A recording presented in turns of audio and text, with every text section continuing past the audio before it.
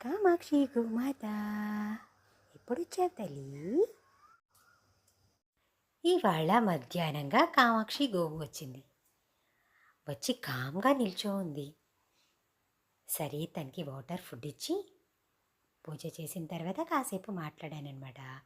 ఏంటో ఆలోచిస్తూ నిల్చుంది తను. చాలా శాంతమూర్తిగా ఉంటుంది. బట్ తనంటే అందరికీ భయం, అంతే కోపం తనకి. ఆల్మోస్ట్ అన్ని గోవులకి పేర్లు పెట్టాను. దీనికి ఏం పెట్టాలా అని కామాక్షి పేరు పెట్టానమాట. తను పూజ చేసుకొని బయలుదేరింది.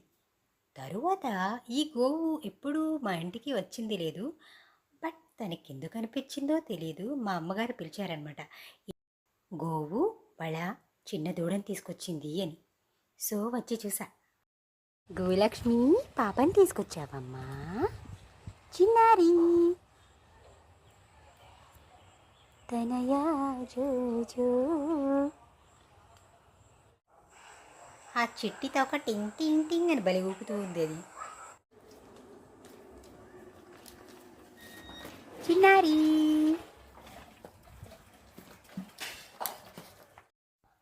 తర్వాత నేను చూస్తుండగానే ఈ కరుణాసాగరి గోమాత ఆ చిన్న పాపకి అని కోప్పడింది.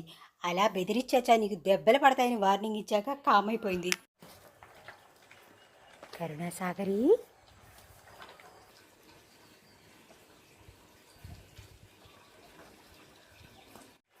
అది కొంచెం బాలింత ఆవు కదా, సో నాకన్నా అమ్మకి తెలుసు కదా. అమ్మ తినిపిస్తుంటే ఎంత బాగా తిందో. కరుణాసాగరి వచ్చాక ఈ గోవు తన కాఫ్కి కోప్పడద్దేమో అని పక్కకి వెళ్ళిపోయింది. తర్వాత అక్కడ నిల్చుని తనతో రిలాక్స్ అవుతుంటే ఈ మైనా ఎంత అల్లరి చేసిందో. దానికి తగ్గట్టు ఆ చిన్నారి దూడ ఆ తోక టింగ్ టింగ్ టింగ్ అని ఊపుతూ వాళ్ళ మమ్మీ దగ్గర పాలు తాగుతుంది. బుజ్జిబిడ్డ ఫస్ట్ టైం వచ్చింది వాళ్ళమ్మ మాకు చూపించడానికి. నార్మల్గా అయితే మాకు ఈ గోవు తెలియదు. బట్ తన అభిమానం ఏంటో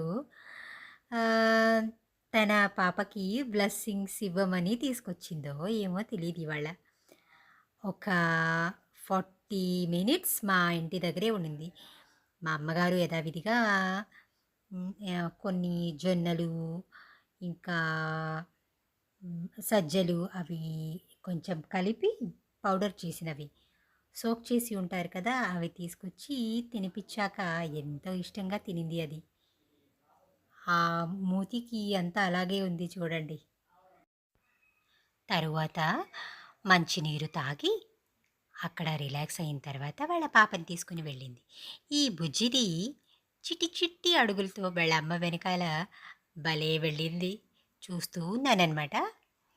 తర్వాత నాకు అనిపించింది, అమ్మ నేను నడవలేకున్నాని ఎత్తుకోని. మనుషులైతే పాపం ఎత్తుకుంటారు, వాళ్ళ అమ్మ అలాగే వెళ్తుంటే ఈ చిట్టిది వాళ్ళ అమ్మని ఫాలో చేస్తూ వెళ్తుంది.